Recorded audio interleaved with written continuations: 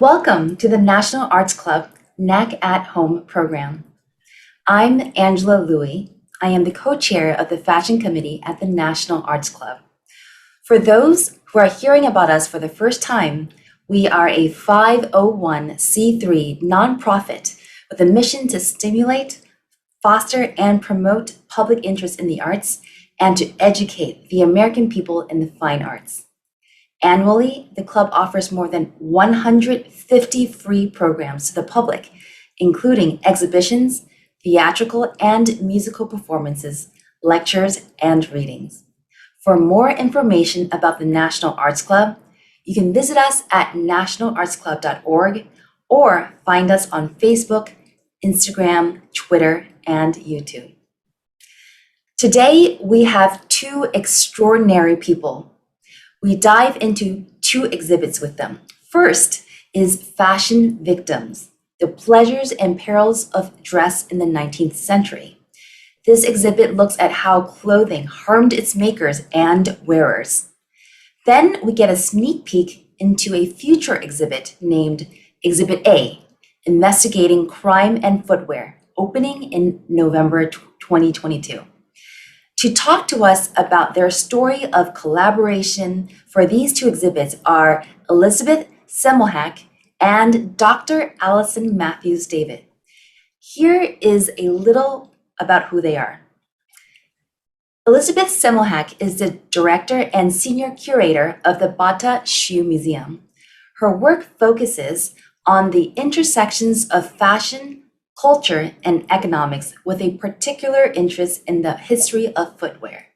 She is widely quoted in the media from the New York Times to Vogue, and since starting in the year 2000, she has curated over 20 exhibitions, written 11 books and catalogs, and over 30 chapters and articles.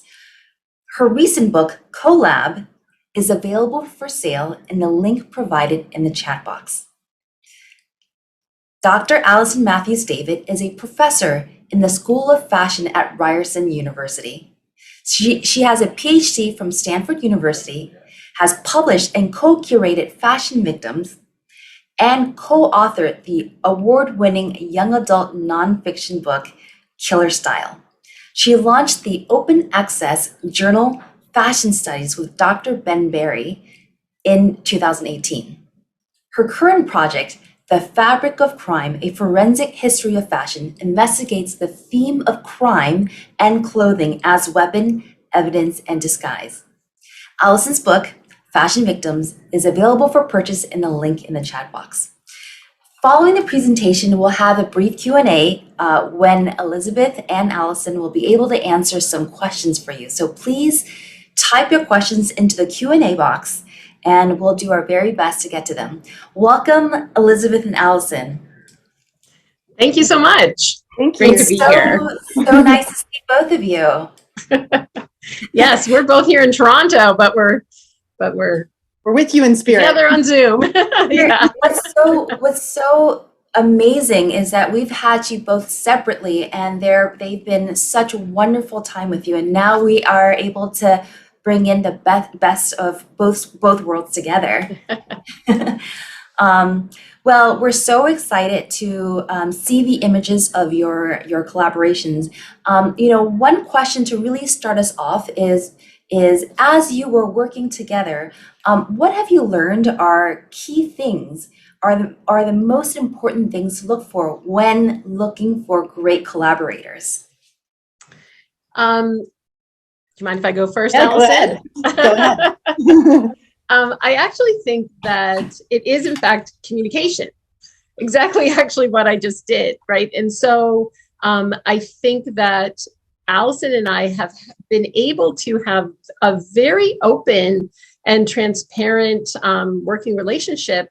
Anything that needs to get discussed, we can discuss it. And so I think humor, good humor, has been central to our collaboration, respect for each other's work, and also an understanding that collaboration means a kind of equality, right? That each one of us is bringing something to the table that the other respects, and each one is going to get recognized.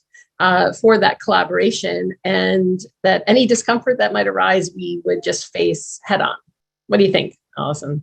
I would second that as your collaborator and someone who's become a friend through this process as well. Yes, and, right. and I agree. I think for me, it's being able to have those difficult conversations, but also being able to laugh about all of the things that happen during this Correct. kind of process, this sense of humor. And I think that's what keeps you going when it's maybe a little more difficult, and then you get to share in the joy of your achievements together too. So, and the joy of discovery, right? I mean, I think exactly. that one of the things that we've really enjoyed together is if we're in an archive together, or even working separately, if we figure something out, to be able to go, ooh, I got to tell Alison, exactly. Or like I can ask Elizabeth a question and we can have a discussion and a dialogue and learn more from each other and see it with 2 eyes or 4 eyes, really. So. Right. Correct. Yes. So that's much more fun. Your professional relationship with each other and friendship has started way before the pandemic. How has the Zoom era changed or evolved the way that now you communicate with each other? I would actually say that it's impacted it for the worse. I mean, not that our relationship has suffered at all, but we haven't been able to go out to dinner and talk over things, or travel to do research recently, which we have done a lot of in the past. And so, we are both in Toronto, but we actually haven't seen each other much until very recently. And that was great to be able to give each other hugs recently. Exactly. Yeah, I finally have we've seen each other in person. I mean, just for the first time in the last little while. And I brought my master's students to the Bata yesterday, and we got to all meet, and it was lovely. So, and give each other hugs and take silly photos. So that's been nice. But I'm looking forward. Maybe we have more texting over the past 2 years. Yes, right? Yeah, definitely. A lot of WhatsApping as opposed to meeting in person. Yeah. Exactly. Yeah. Like little status reports, but right. Well, I would like to remind everyone that links to Elizabeth Semmelhack's book, Collab, and Alison Matthews David's book, Fashion Victims, are both in the chat box for purchase. Those books are fantastic, beautiful, and very informative. We will also have a brief Q&A in the end when Elizabeth and Alison will both be able to answer your questions, so please type them into the chat box. Well, we are all ready to hear all about fashion victims, crime, and footwear, so please take it away. Wonderful. Okay, I'll just share my screen. Here we go. Get us started. And thank you to everyone for attending, and thank you to the National Arts Club for having us again and to have us together, which is always a huge pleasure. All right. Elizabeth, would you like to start? If yes. I show you the first slide. So we do get the question often, how did we come to work together? And we were both already in Toronto working. I don't think we were fully aware that we were both working on footwear until we were brought together in this book that was edited by Giorgio Riello and Peter McNeil. And so it was sort of through the fact that we both show up with our chapters in this book that we realized that we were basically neighbors, and that we could not only work together professionally, but that we could also be friends. And here's, I have our chapters in the book. Right. So I have this, muddy military boot that was torn from the mud of the Somme in World War I. And so that kind of, I think, shows you some of the interests I have. And then Elizabeth, maybe you can talk about what your chapter was on as well. So my chapter was on the history of the high heel, which I started working on when I first got hired at the Bata Shoe Museum. I still work on that topic, but I'm very interested in footwear and expressions of gender. And so that's often the lens that I also bring to our work. Wonderful. So we met on these pages, and I had been contemplating a project called Fashion Victims for quite a while. I applied for funding. I didn't get it. I approached Elizabeth, and then maybe Elizabeth can speak to that. She was very, very open, I suppose, and I had a better idea of what I wanted to do. So my connection is unstable. Alison, just FYI, it's saying that my internet might be unstable. So, okay, it is. yeah. Well. Okay, sorry. Yeah, if it is, just take over. So I actually missed what you said, but I'm assuming that what you said was that you were working on this. Yeah. You had this good idea, and you came to us. It came to me, and I was like, "How could I not be a part of this?" And so we decided to apply for SSHRC, right, and include doing an exhibition at the Bata Shoe Museum, focusing specifically on the fashion victims' footwear level, footwear focus. Exactly. Trying to think about like the SSHRC, which is the Social Sciences and Humanities Research Council of Canada. They fund projects, but they love it when we do something called knowledge mobilization, which is, how do you get that research out to the public in different ways? And so what better way than an exhibition? And we don't have a gallery at my university, for example, for fashion. So, nor do we have we have a collection, but not an extensive collection. So this was a really interesting way to kind of bring this knowledge to bigger audiences at the time. And so Elizabeth became, in their words, my official, and I love this term, co-investigator.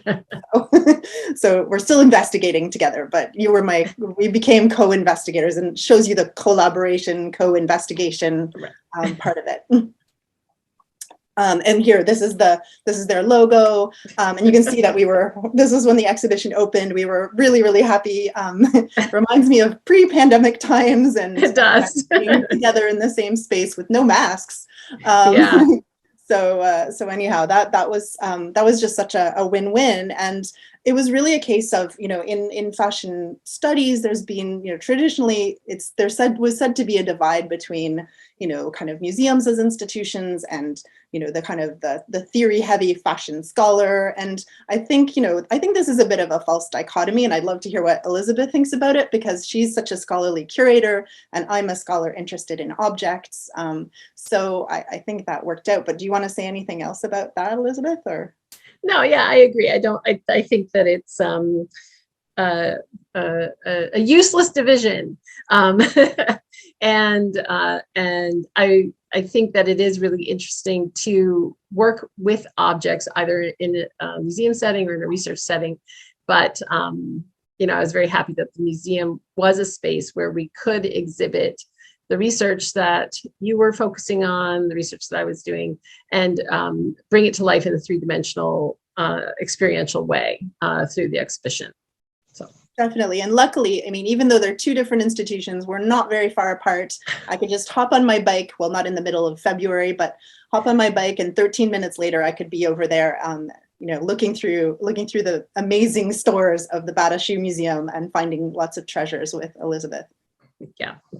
So it wasn't too far. And as you can see, with the support of this grant, we were able to travel together 2 summers. We looked at things in Toronto. We took silly photos, as you can see.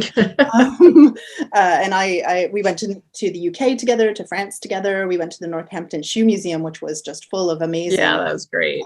Amazing things. I'm just looking at it now saying, oh, I can't wait till I can go back one day.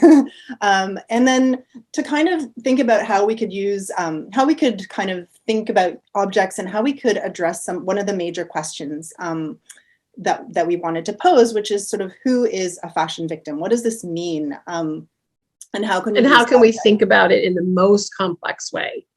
Exactly. Yeah. That's exactly, because the kind of, the expression obviously is sort of used usually for female consumers who overconsume. This is an image on the right, obviously Burberry's on the left, but on the right we have a series by the Tokyo-based photographer Koichi Suzuki called Happy Victims. And he was not trying to make fun of this consumption, or call it overconsumption, but he was just saying people do collect fashion. People do, do have these material objects around them. So how can we think about that? But that was the kind of general cultural meaning of it. But how could we unpick that? And even historically, most people have focused again on female consumers and how clothing has mechanically constrained them or altered their bodies to achieve. And I think it's and it is a term that sort of has built into it, or is used in a way that basically it's self-victimization, right? There's a huge amount of ideas around agency, that women are ridiculous for putting these bustles on and corsets on and high heels on, rather than asking questions about what would happen if they didn't. Right. Exactly. And what are the societal reasons for this and the historical? Correct. And what were the risks? What risks would you have faced if you didn't participate in these beauty ideals? Exactly. Yeah, it's a much more complex picture. And, you know, we wanted to think of it again in this expanded field, if you like, of multiple victims. So we wanted to think about everything from the original materials. You know, what about the silk that went into making that slipper? Or what about the kids that went into the kid gloves? And of course, something that's become even more important to think about now and more on people's kind of in people's awareness, and something that I teach more too, is what about the people who are working with these raw materials as well? The cotton that's picked by enslaved labor, the tanners who work with toxins and leather, the makers who turn them into clothing, the shoemakers, the seamstresses, and the hatters. The wearers themselves are only one piece of that picture, one small piece. The men and the women and the children across the social spectrum who wore clothes. And then Elizabeth came up with another really interesting aspect that I hadn't thought about as much. Maybe do you want to talk about that a little? Yeah, I mean, I thought too, you know, as we were thinking about all the people whose work goes into the fashionable silhouette, what about all of the street urchins who were bootblacks in the 19th century? How could a wealthy man, get from his home to the office without being mud splattered on his footwear? And so thinking about the children who were able to polish boots, the dyers, the laundresses, the artificial flower makers, all of these people who were, well, I mean, they're makers of objects, but they too were supporters of the fashionable look. That could not be ignored, right, in our exhibition. Exactly. And again, I mean, in the larger project, I wanted to think not just about these sort of mechanical constraints or beauty ideals alone, but also other ways. And in fact, of course, during the pandemic, I've been talking a lot about contagious disease and masks and what that meant, because it made me rethink this project. You know, people were going out in a world that was, you know, potentially dangerous, and how did they think about clothing in that context? Because, you know, there were no antibiotics, so you could be shaving, you could cut yourself and give yourself anthrax, you know, and there was no antibiotic. So I was thinking about disease and how textiles or clothing could transmit disease and circulate it across social classes, chemical toxin, things like mercury, arsenic, which I'll talk about a little bit more, and aniline dyes. And then also with the Industrial Revolution, how some of these things could cause accidents, including entanglement, fire, and explosions. So those were some of the happy things I was thinking about, for sure. And in order to prepare this, kind of think about how this might look in 3 dimensions, we did travel again to various places. We traveled to exhibitions. Do you want to talk about our trip? It was really fun traveling together too. That was, it was so much fun. And so, you know, we wanted to see Impressionism, fashion, and modernity. It was originated from the Chicago Art Institute. So we were able to travel there. And I think that, you know, it's something that we've done a long time at the museum, is connecting historic images with historic costume, because I think that having an image-heavy exhibitions display allows people to really visualize how clothing was embodied, how it was worn, how it was used. And so it was great to see how that was done this was in this case, an art museum setting, but it was done to incredible effect. And so I think we found this very inspiring when we went. Definitely. No, it was great. And then, oh wait, I had an image. Oh, I guess I didn't, I must not have it, but we also did lots of research in other venues, including archives, museum collections. Oh, yeah. The Northampton Shoe Museum. Correct. We looked high and low for all sorts of different documents, including medical records, and that could tell us a bit about some of the health effects of these garments as well, in a way that the objects themselves couldn't tell us. Yeah, correct. Yeah. So we did. And then all the time trying to think about how we would ultimately display that information, right? To get it across. Yeah. And we came up, we were inspired by our trip to Paris. Yes. And we came up with this exhibition design, which actually I think I'll just go to the next slide. Sorry, my slides are being very cranky today. Okay, so this is our final exhibition design, which was inspired by an arcade or passage in Paris, which was one of the kind of first lit, heated, more bourgeois, you know, upper class kind of shopping spaces inside. And so we thought we would, we would use that kind of architectural inspiration. And I remember too, we talked a lot about the fact that because fashion victims, the term had been used to criticize women and consumption, we also wanted to talk about how seductive fashion, how seductive places of consumption were. And so we didn't want people to walk in and say, oh, what a bunch of idiots for consuming these fashions. We wanted people to walk in and themselves see the seduction of how beautiful these objects were, and then look at the text and see, you know, one of the things, I think you have a slide about it, but we started, I think, almost every text panel with a period quote to really hook people in. And then we would reveal the danger behind the beauty that you saw on display. And so these were some very conscious choices in the way that we decided to present this exhibition. And this is where I really had, you know, this is where I learned so much from Elizabeth's ability to storytell this way and to think this way, and kind of, you know, because my stories were unfolding on the page more than in the space. So just kind of thinking about how we could use this space to, as you said, like seduce people, but then also get our message across. Yeah. You know, and so we opened with this amazingly fantastic Pinet boot, you know, that this is what you would wear with your Charles Worth couture. But we started uncovering more about the factory and how there were sort of 800 women working in their, you know, in unsavory conditions, doing this embroidery that looks so magnificent. But Elizabeth, we deliberately put these two panels here with this boot to kind of, maybe, would you want to tell it?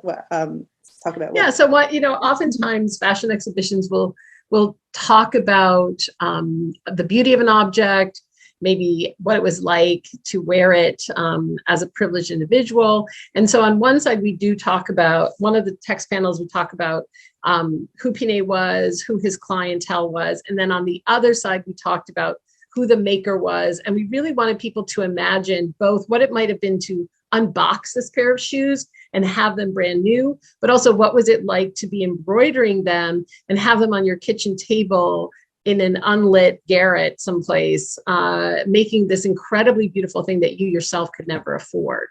And so this object itself had these two lives, and it was handled by at least these two different sets of women, right? And so not to mention all the other people involved, but it was to, on one side, see it through one lens, and on the other side, see it through a different lens. Exactly. We tried to do that from the beginning.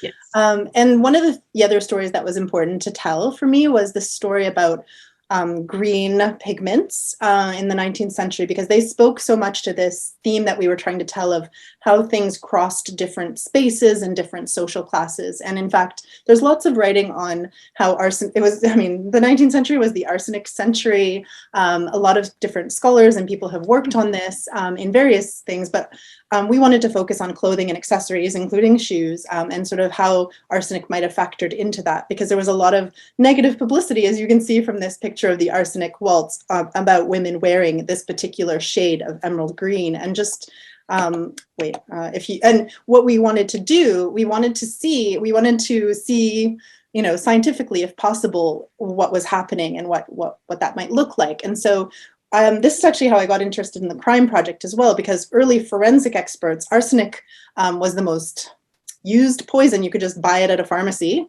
in the 19th century. And so it was very commonly used for poisoning cases. But by the 1830s and 40s, chemists were starting to develop forensic techniques to detect arsenic in bodies. And so they were also using exactly the same techniques that I found out to test textiles and see how toxic they were, see how much arsenic there was in them. And so throughout this project, we collaborated with the physics laboratory and Eric Da Silva at Ryerson University to use XRF, or X-ray fluorescence spectroscopy, to actually test test various garments and accessories and even shoe boxes, and other museums, including the Royal Ontario Museum for the gown on the right, or the Victorian Albert Museum for the artificial flower making kit here, or this makeup that even advertised its face powder that advertised itself as non-toxic, but it did actually contain lead, just in case you were wondering. But we worked with to develop techniques to kind of understand what was happening and which artifacts might have had arsenic in them, even though it's mostly volatilized now. They're not necessarily very toxic now, but they were definitely they're detectable in the dress that we had borrowed from an Australian lender on the left, and on the right, this one wasn't tested, but it's a wonderful. It's such an amazing piece. I love this piece. It's at the Boston Museum of Fine Arts. I adore it. And that kind of foliage was often dusted with arsenical green powder to give it that kind of vivid green that you can't obtain through natural dyes. So as you can see, we did have students wearing gloves. We had Eric and Ada, who were working together from the Bata and from Ryerson as well to conduct this testing. Students who are experts in design looking at these garments to try and contribute their opinions and their observations, which was really fun for them to get involved. Because no exhibition is a singular effort. It's not just the curator or curators. There are so many more people, and Elizabeth can speak to this too, how many people go into making a successful exhibition come together. Yeah, I mean, it's exhibition designers, it's mount makers, conservators, as well as PR and everybody who then gets the word out. And so we have a very, very small team, but other museums have really, really large teams to pull these things off. Yeah, exactly. But Elizabeth is super media savvy, so that was another learning curve for me. She made me get Twitter, so that's right. I was just like, "You're going to need Twitter." I was like, "Okay."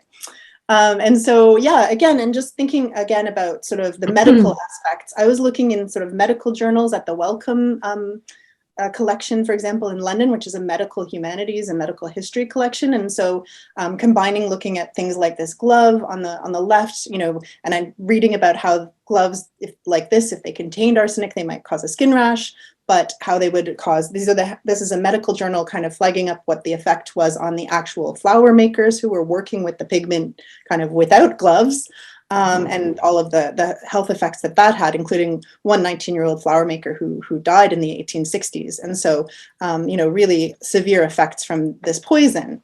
And so that was one story we wanted to tell. We also realized, and again, I was learning a lot about this, that, many museums collect, obviously, more luxurious objects that survive because they belong to the upper classes. And maybe Elizabeth can speak to that too.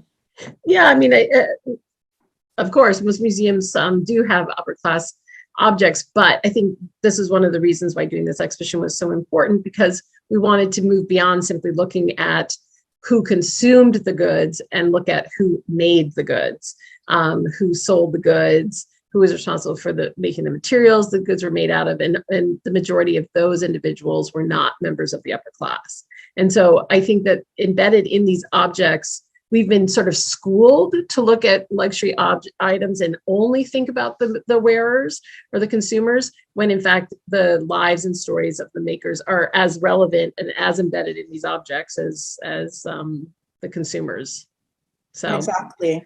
Yeah, and I think one of the reasons why the 19th century fascinates me, and I think we spoke a lot about this, because one of the kind of things we wanted to talk about, it was called the pleasures and perils of dress in the 19th century, because because of mass production, luxury objects were mass produced. So not everyone had to buy the Pinet boots on the left anymore. There were other fashionable options available, but that came at a cost, or many costs.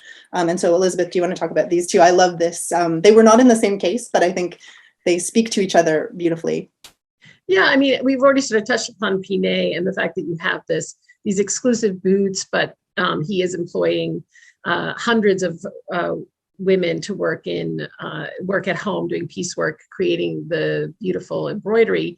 But then you have textiles that can mimic this luscious embroidery, and the boots can be mass produced. And so some of the challenges with this is, well, one of the good things you could argue about mass production is that more and more people had access to finer goods, but it also created some discomfort between the upper classes and the uppity other classes who are starting to look almost undifferentiable from their quote unquote betters. And so this pushes very much people like Pinet to do things like offer hand embroidery, things that can only be done by hand.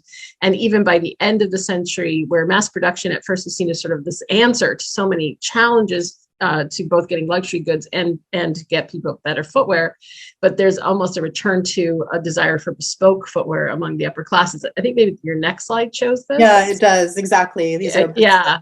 And so you have something like that, the gold and seafoam velvet green pair of boots that was absolutely made to fit one leg and 1 foot only. One individual's so form-fitting that's sort of the height of upper class luxury in the age of industrialization. But industrialization also meant that the working classes had access to less fashionable but more durable footwear. Do you want to talk about that? For sure. I always love the hardworking footwear on the right is very much, a working class man's pair of boots, and the way that they're constructed, they're not lined, unlike the velvet and the gold, they're just right. Sturdy leather and metal. So the materials speak to that. And you can see almost the way that the foot has worn it in. This person might be carrying heavy things. They're not going to be able to wear footwear like the person gender differences aside, it's a much more rugged kind of functional footwear. And you can see how wide it is. So the design really speaks to that, that class difference and gender difference, I think, in the 19th century. And yet, of course, collections we had to look hard to find as many. There weren't as many, but we really wanted to also find things like these boots in the collection to tell these stories of, what would the working classes have been wearing as well. So yeah, and then we also ran into some budgetary perils, as many exhibitions do, because we had the beautiful arcade, the Parisian passage in the kind of main gallery to seduce you, and then we ended up kind of showing the story of the makers, more specifically, and more working class footwear. Much of it was in this room. Industrial gray space. Exactly. It ended up being very sparse and plain, but in some ways that contrasted with the visual lavishness. So I think it was effective, but it was partly because, because because there are practical constraints too. Correct. There always are.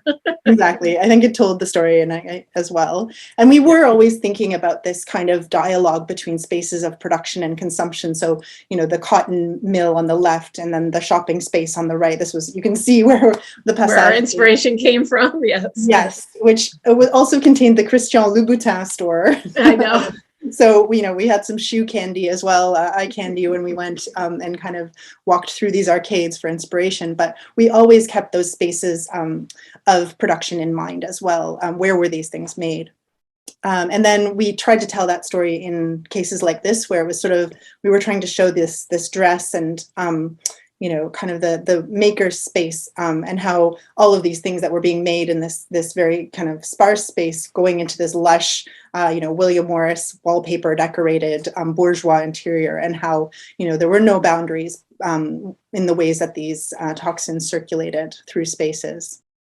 And also, we wanted to do this comparison because fashion, the fashionable silhouette influenced all classes, right? So we wanted to talk about the use of the crinoline across classes, and then in the maker's side, so to show the corset, to show the crinoline, which is being worn by both classes, and then we, as you mentioned, you have the beautiful William Morris wallpaper, which originally was arsenical, and then on the other side was a 19th century ad for cotton thread that shows enslaved people picking the cotton in this as an advertisement, right? And so, I think one of the things that you need to do when you're curating is use every possible opportunity to convey narrative, so that it's not just in text panels, but it's in ambiance and details like that poster that we chose. Yeah,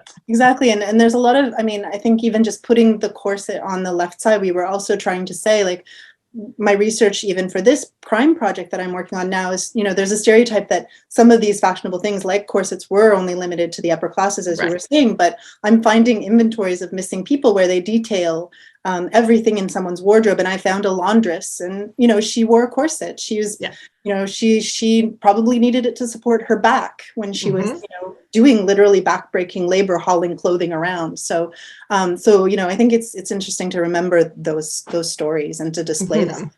Yeah. And then again, like, as I mentioned, I mean, it's so wonderful to be able to think of research as in 3 dimensions, not as a 2-dimensional thing, because people can approach it in so many different ways. And so, you know, it was being able to give tours with Elizabeth and to see kind of how this space could be used in different ways than I had ever used them was just so mind-opening to me. And even thinking about the research we did, I think. And I don't know, maybe you have more experience with this, but it was sort of like, welcome to our brain. Right. But there's always, you know, you cannot, unlike a book which kind of directs the reader, you go page after page. When you invite people into a 3-dimensional space, no matter how much you might want them to start in point A and then go to B, C, D, you can't control that flow. And so you have to also make sure that if they pinball around the exhibit, they still will get the thesis, right? Exactly. Yeah, we thought kind of it was not an incredibly directional exhibit in that way, I think. Yeah, and I think we did a good job self-containing, right? Making sure that each showcase had a complete story. Yeah. Exactly. And I think, again, like, I defer to Elizabeth's, you know, experience in this. And I learned so much just by working with her, because, you know, you're confronted in a collection with so many different objects that you could use to tell a story. But how do you tell that story in a way that is aesthetically harmonious? And here we were talking about the aesthetic movement, which, for whom, you know, these bright, gaudy new aniline dyes, like those blue boots you can see, were anathema. Nobody, they stay away. They're vulgar. Exactly. And this is by the 1870s and 80s. People are moving to these, like, you know, ruby reds and kind of precious burnished gold colored slippers or shoes that we had, and kind of these more subtle tertiary colors as a sort of class move. And yet they were still made by these aniline and often chemical, often harsh dyes. And so even though they were beautiful colors, but which, you know, just thinking about which shoes would look good together in this case and tell this story, and with this image as well, to show what the dress that you would wear with it would look like, was a really eye-opening process for me. But then we wanted to have this, so we wanted the harmonies within the case, but then we, as Elizabeth mentioned earlier, we really wanted to kind of use the text to tell another story, and to really kind of highlight a bit of the research we'd done and some of the thinking, like as she said, people writing at that time. So the Fleur du Mal is a reference to Charles Baudelaire's Flowers of Evil. And, you know, at the very same time that Baudelaire is writing this famous poetry, the flower makers in Paris are going to protest their working conditions and the toxins that they're working with, the arsenic that they're working with. So, you know, we could you could just enjoy the slippers, but you could also kind of enjoy them, read the text, and then look at them in a different way, come back to them. And we use this beautiful pair of men's French slippers to also talk about silkworms as victims, to bring up the idea of all of the different animal life that was going into fashion production at the time as well. And even societies for animal protection that were emerging at this time. So correct. Yeah, that was a really, I think, a nice way to tell it. I'm sorry I don't have a better picture of it. I should. And then we wanted to talk about the fact that it wasn't just women who were victims, but in fact, in the book, I expand on this, but the idea that this polished kind of what we called the industrial sublime of, like, these shiny steel and smokestacks and industrialization that was seen as masculine, was literally reflected and reflective in the dress, including these top hats. And this is a beaver fur felt top hat, not a silk hat. It looks very shiny, but things like mercury were used to make these. That's the legend of the Mad Hatter kind of, there's debate over that. But certainly what I found in my research was that the men making these hats, the consumers were unaware. The hats were lined, consumers weren't necessarily harmed, but the hatters themselves were suffering from mercury poisoning for 200 years until hats went out of style. But you can again be seduced by this shiny, beautiful object, and yet think about the ways that men were very much implicated in their own fashionable looks were implicated in harming the makers in ways that weren't necessarily known to the general public. Medical doctors knew about it, but the general public did not. So I think that was something we wanted to tell. And then again, the story that Elizabeth was talking about maintaining these fashionable facades was also something that involved all sorts of harmful labor and chemicals. So. And also led to early organized education, public education. There was a shoe maker in England who saw how many homeless boys there were who were working as bootblacks, and opened a school trying to teach rudimentary education for part of the day and shoemaking for the other part of the day, in the efforts to basically give them a step up. And this idea that public schools should be available to all, which is taking off in England, going over to the United States, is in part, not fully, but is in part related to trying to get these young boys off the streets. Exactly. And I'm going to say this, Alison, our second exhibition is going to fall victim to the lack of time. I know. I'm going to keep. So we're going to have to move forward. Safe to say, the exhibition was up for 4 years. Lots of media attention. So the arsenical emerald green dress got some headlines. When looks could kill, you can kind of get the sense. And it just with the internet too, obviously a new reached lots of people who couldn't come to the exhibition itself. So that was really exciting. But I will move straight to our current project, and here I have Holmes and Watson. And I wouldn't say either of us is Holmes, or I'd say we're both investigators here. And I think here they are looking at this hat in order to understand the entire crime. And Sherlock Holmes is famous from deducing from the dirt on the hat that the man's wife doesn't love him anymore, and weaving stories around these objects and really scrutinizing them and inspecting them. And so it's a very kind of, in some ways, literal investigation of clothing that we're doing too, and this sort of idea of fashion forensics. But this is the project logo for the book that I'm writing, and there's our entire investigation team is listed. My students have written blog posts, so if you want, you can just go to the fabricofcrime.ca and see it's a very much like a placeholder. The project's still in process, but this is the website, and you can kind of you can follow along, and we'll post more obviously as things unfold. And yeah, we have a Twitter handle, thanks to again Elizabeth's inspiration originally, and the website. Just because again in a pandemic, it's nice to have something virtual to kind of keep track of all of these things developing on the project. So it will eventually be a book. I'm starting a half sabbatical next semester in which I will be delving fully into this. I'm very excited. But the exhibition will come first, and in November 2022. So I'll be working on that and the book at the same time, which is kind of what happened with the previous project. And I guess what's come out of this project for me is that, as I started with Sherlock Holmes, because fact and fiction are so much intertwined in these stories of crime and true crime. And some of you may know this, but the first Sherlock story, which was eventually published as A Study in Scarlet, the original title, and I'm showing you the first draft of it with this title scribbled out, but it was supposed to be called A Tangled Skein. So a skein is, the entwined wool. And this is a little quote. Here's the scarlet thread of murder running through the colorless skein of life. And our duty is to unravel it and isolate it and expose every inch of it. And this idea of like textiles and tanglement and unraveling and following clues. Clue, the original meaning of clue was a ball of yarn. So textiles are really built into this whole study of crime from the very beginning and following this. And this comes out in a very, I'm going to just skip ahead, but this comes out in a very literal way. Oh, wait, I don't know what happened to some of my images, sorry.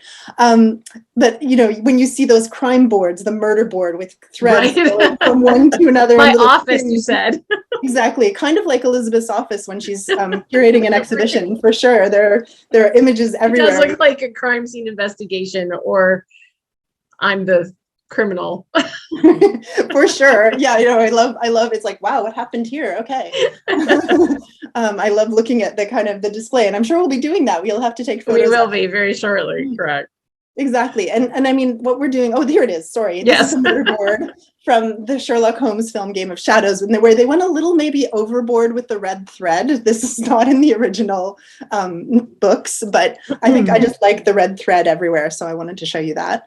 And then this was from some of my research in Switzerland, where Adrian Conan Doyle, who was Sir Conan Doyle's son, put together this some of the things that his father had and recreated this sort of fictional tableau of the 221B Baker Street room. And I had this very surreal experience because I was the only one in there with the curator, and he was like, do you want to go into the room? And so, you know, again, fact and fiction, but I was very strange standing behind the glass and sort of in Sherlock Holmes's study with all the little details, including, you know, the clothes and the rug on the bearskin rug on the floor. That was a little creepy, but yeah. So I love this aspect of curation where you kind of weave these worlds together in spaces like this. And you know, we're doing that in the research itself. We're looking at images. We're looking at objects. Some of the images I like the best are the photographs. These are called the Sydney Specials. I've talked about them a little bit, but they were mugshots that were taken in the 1920s in Sydney, Australia. Many of them look much more like portraits, as you can tell. This is Louis the Count Sterling. He was a con artist, but as Sherlock Holmes writes, you know, he writes by a man's fingernails, by his coat sleeve, by his boots, by his trouser knees, by the callosities of his forefinger and thumb, by his expression, by his shirt cuffs.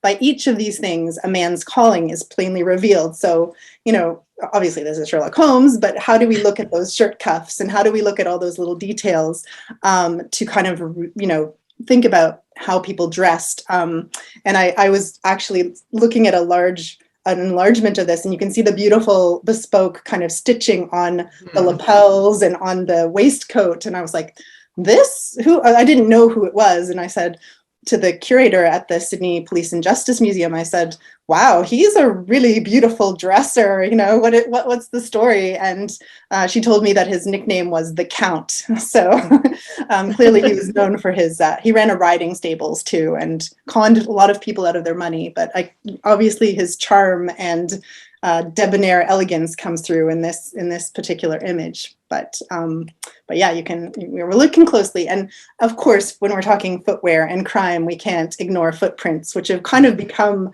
the icon of the detective. The detective takes a magnifying glass, or a flashlight in this case, and literally tracks down someone through their footprints, right? So that is another kind of way of visualizing the clue, is the footprint that leads you somewhere, just like the scarlet thread.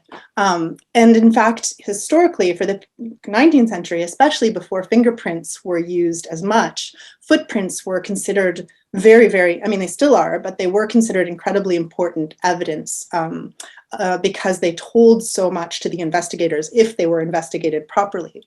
And so even Sherlock Holmes, 26 out of his 60 cases involve footprints. And so here he is scrutinizing the bottom of the sole to actually free someone who is considered guilty. The footprints are actually misleading in this particular case. It's the Boscombe Valley mystery. And so, footprints could mean the difference between convicting someone innocent, potentially not convicting someone who is guilty. So footprints become this very, very important literary and forensic kind of motif, if you like, at this period. He only uses fingerprints in 7 of his cases. So as you can see, 7 to 26. Fingerprints were not as much on the scene until the early 20th century. But even the very famous forensic experts, this is what I find fascinating. This is some of the research we did in Paris together in the Paris police archives.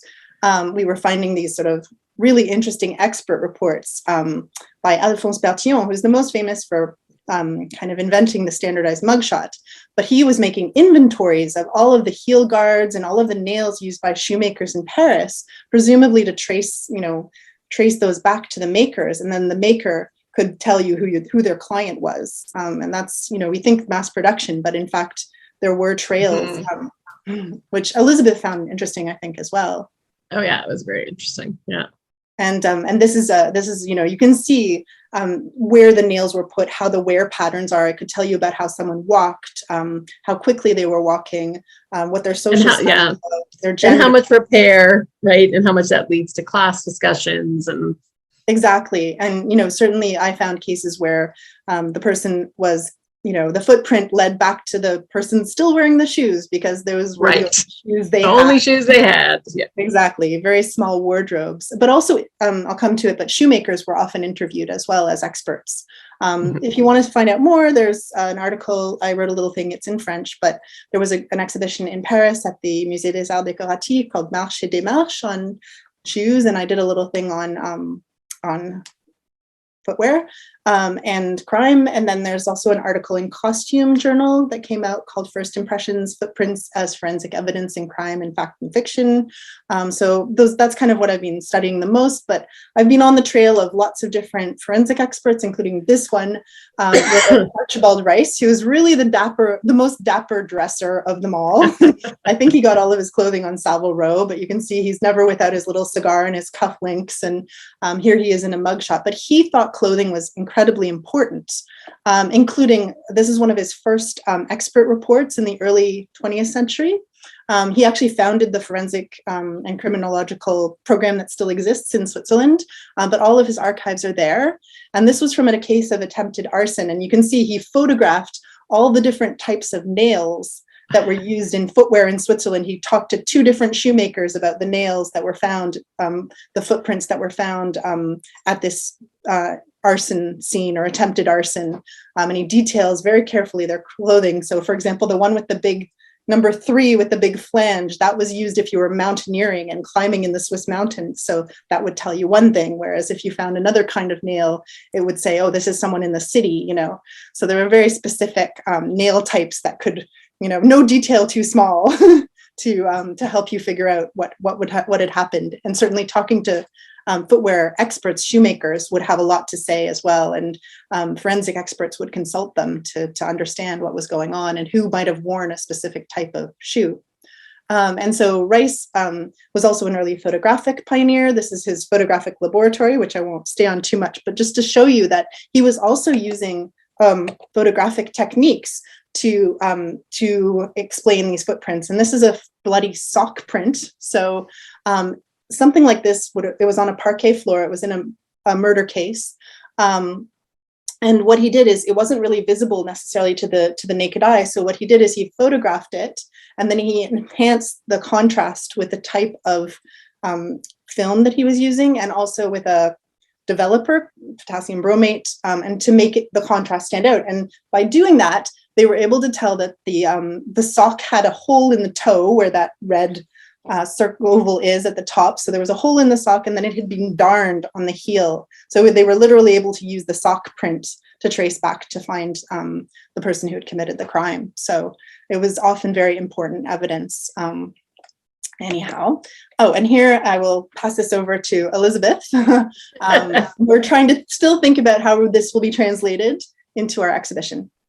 Yeah, so Exhibit A will open in November. It is in a small gallery, so it doesn't have as much square footage as Fashion Victims did. So we're trying to think of an effective and interesting way to convey the idea of investigation. So what we've done is we've taken inspiration from evidence rooms. I'm going to do the next. Mm-hmm. We probably will have to, currently this is how we're thinking of the space, to have evidence rooms, lockers with the artifacts pulled from them. And so this may or may not work because we're in the midst of COVID. But I think that we will find a way of having it be as though you've stepped into the same way for fashion victims, you stepped into a 19th century passage. Here you're going to step into an investigative space, a space that's housing evidence. And we're hoping to maybe even weave in something so that you are looking for clues as you go. And I think that it'll be interactive in a different way, but I think it will also give a good sense of investigation. Mm-hmm. And hopefully, as you can see from that image on the wall, hopefully also show the ways in which investigators use footwear databases now still. Absolutely, yeah. And obviously problematizing that as well in terms of correct and ideas of criminality. We're not taking a, the detective as hero kind of approach. No. It's going to be more complex than that because, it should be. And it should be critical. And we are hoping to have some objects, including something from the Scotland Yard Crime Museum, which is the artifacts associated with the case of the notorious gentleman burglar Flannelfoot, who would wrap flannel around his feet. He basically deceived the Scotland Yard police for 20 years before he was caught. So I think that's quite a story in and of itself. And he actually wrote them little letters saying, "I'm on holiday, you don't have to look for me right now." So, he liked to thumb his nose at the police a lot. But anyhow, so we'll have Flannelfoot, the Flannelfoot story. We will have some things from Switzerland, including this 1970s rather louche loafer with the heels that originally contained drugs. But of course, we'll have to think carefully about customs. They have to get through security. Exactly. Something you don't normally have to do with right. But anyhow. And then this is definitely one of both of our favorites. Yeah.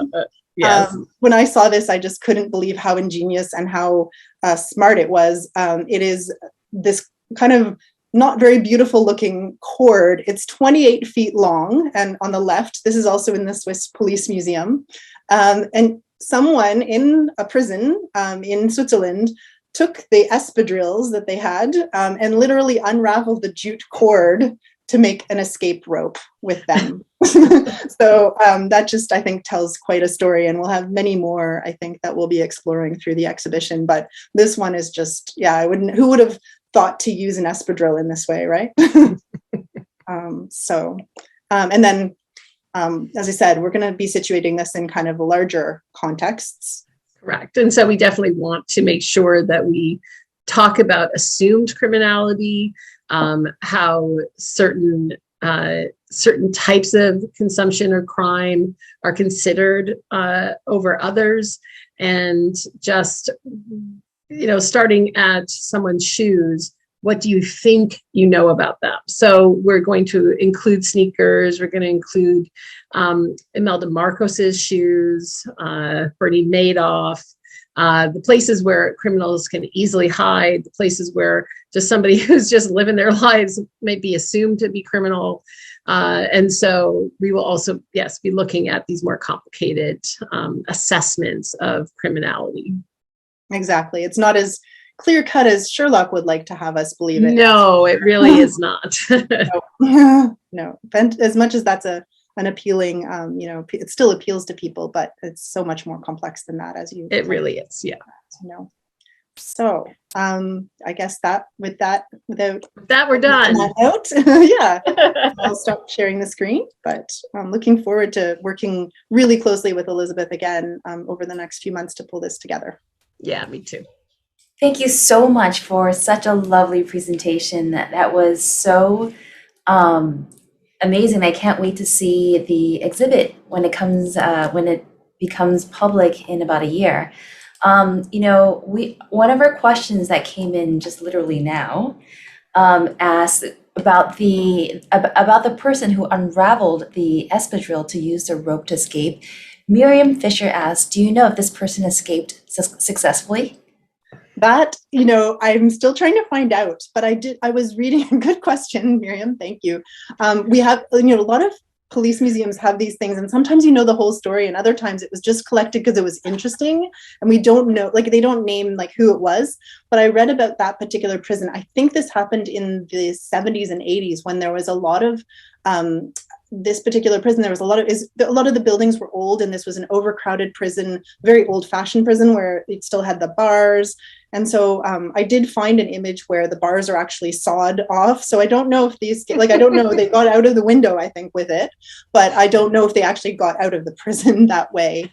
But yes, we'll be looking into that more. But we have to investigate more. Exactly. We need more investigation, but certainly there were a lot of prison escapes that were successful in that prison at that time. So I kind of, I'm wondering if that's one of them.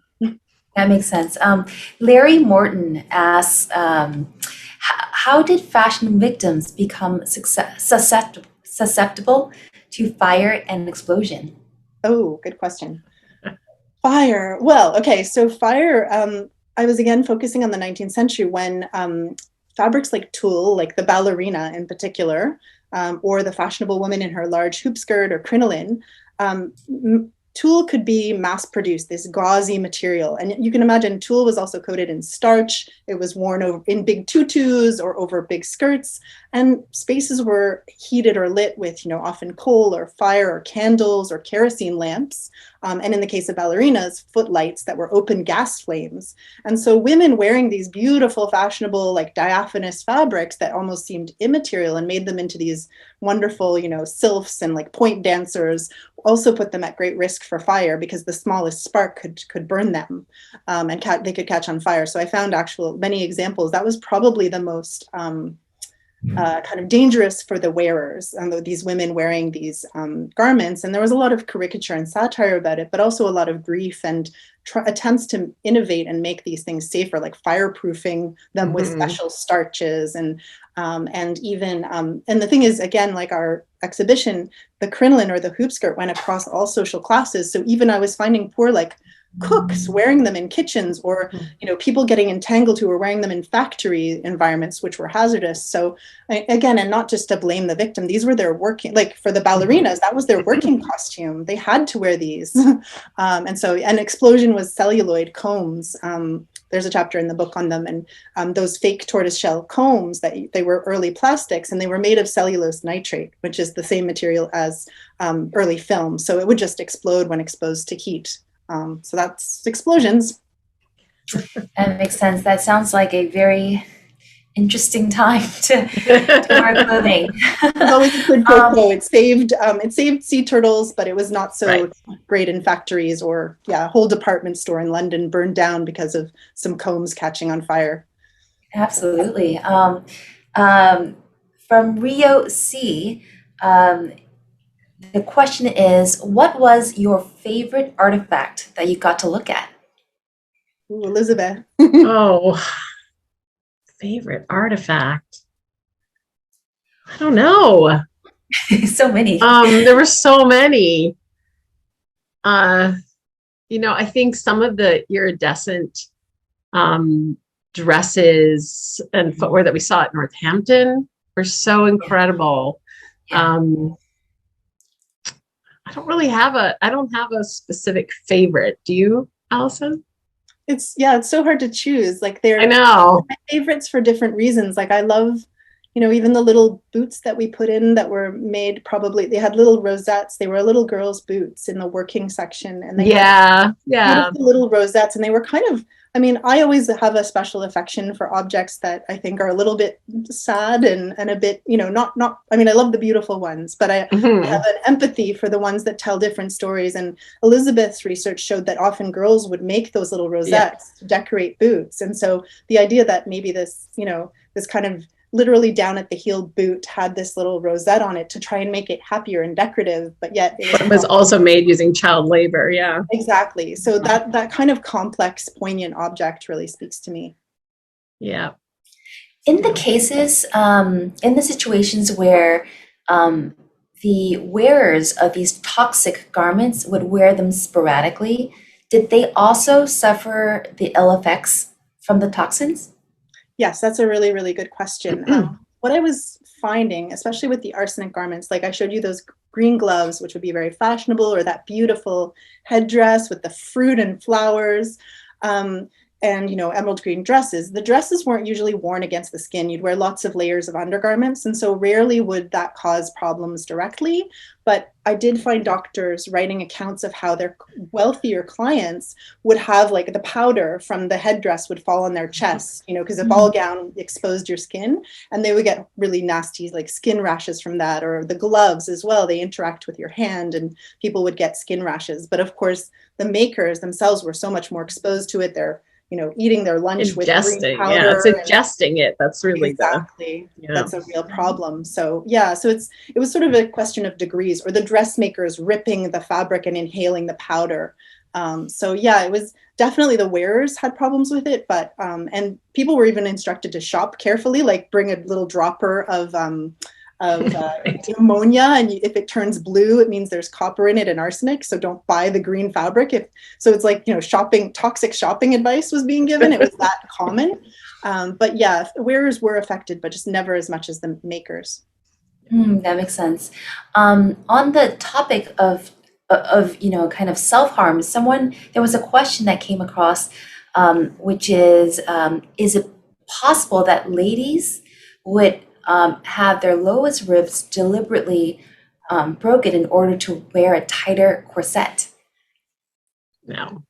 Corset myth number one, yes. Yeah. Surgery, like just from studying the medical aspects and kind of also having a PhD student who wrote a wonderful thesis on corsets, but, you know, the surgical, kind of the medical establishment, it would not have been possible to do that. And yet, I mean, women wore these things, and actually a lot of men wore corsets as well and wore belts to achieve that figure. But they have done studies on, there's a new book called The Corseted Skeleton by Rebecca Gibson, where they have actually looked at the archaeological remains, and, you know, bones are flexible. So if you do wear these, it will change the shape of your rib cage, but not in a way that permanently. It won't necessarily damage your health. So she was looking at the age, and there were lots of women who showed their rib cages showed that they'd been slightly shaped differently, but they were in their 60s and 70s. Like, it wasn't, you know, something that would just kind of kill you off if you tight lacing is also another thing. So, and something that did show up, though, is that in the first part of the 19th century, in part because of mass production, shoemakers were making straights, which were shoes that had neither left nor right. And the heel had been abandoned for numerous reasons. And so there was this concern that women's feet would look very, very large. So making them as narrow as possible was what fashion dictated. And so at the Wellcome Library, I was working on looking at what chiropodists were doing in terms of footwear, foot health. And many commented that the women that had the worst feet or foot problems had taken their toes and put them one on top of the other in the effort of making their foot as narrow as possible. That was a temporary physical alteration attempted in an attempt to meet a fashion ideal. Lauren Senerin Bansel asks, which exhibits or museums did you visit in France? Which ones did we not visit? No. Yeah, exactly. I was like, me. We visit so many. A lot. Yeah. I mean, I think we looked at interestingly, Elizabeth can talk too, but we looked at different things for different exhibitions. Obviously, like for the fashion victims, we looked at the Musée des Arts Décoratifs and the Palais Galliera, which are like the two kind of big fashion museums in Paris, for sure. Like, those were kind of the most important ones that we had to look at, and lots of other kinds of archives. But for the crime exhibition, we were in completely different museums and archives. Correct. So we went to the Paris Police Museum. Yeah. Which, it's in a working police station. So it was delightful. It was, yeah, and we had to, have our bags searched, obviously. Yeah. And the displays are very, very different. You have the beautiful fashion exhibits in the Palais Galliera or in the Arts Décoratifs, but then we had like the kind of, very 19th century, like everything hodgepodge of like all of the different, rings that street gangs were using to punch each other with in Paris, or just random things kind of, and we were looking for fashion items within them, but very different idea because its clothing is not the focus. There were the cat burglar shoes, though, felt-based cat. Yeah. I love the cat burglar shoes. We found shoes that a cat burglar would have slipped. They're felt-soled sandals because one thing you can disguise is the sound you make when you walk, and you obviously don't want to make a sound when you're a cat burglar. So you put these soft pads on your feet that you could take on and off and not make any noise. So hopefully we're hoping to have those too. As I'm going through these many questions, one very common theme is how kind and concerned our audience is. And, there's one who's sharing that I noticed that you're wearing a green shirt or green top, Dr. Alison. I hope it's not toxic. Another one is for the both of you, in that in organizing such an amazing exhibition and an amazing one to come. Were there any unusual stories about health and safety while you're handling the exhibits for your displays? Well, I think that we did have this question, right, when we were installing the green dress, for example, but truly because you really have to ingest the material, it didn't really pose a threat to us now. And, even the hat. It didn't happen to have mercury in it because it was a very high-end hat as well. And beaver fur was dangerous. So we knew the hat wasn't actually toxic, but other collections have bagged them in Mylar and kind of, have been careful with them, because say you were a conservator and you were steaming the hat to make it take its shape again, like say it were crushed, you couldn't inhale the mercury vapor. So you actually do have to be quite careful with some objects. And I'm the reason I'm wearing my green dress. This is actually my favorite dress at the moment. It's called the Green Harvest Dress by Warren Stephen Scott, who's an Indigenous designer in Toronto.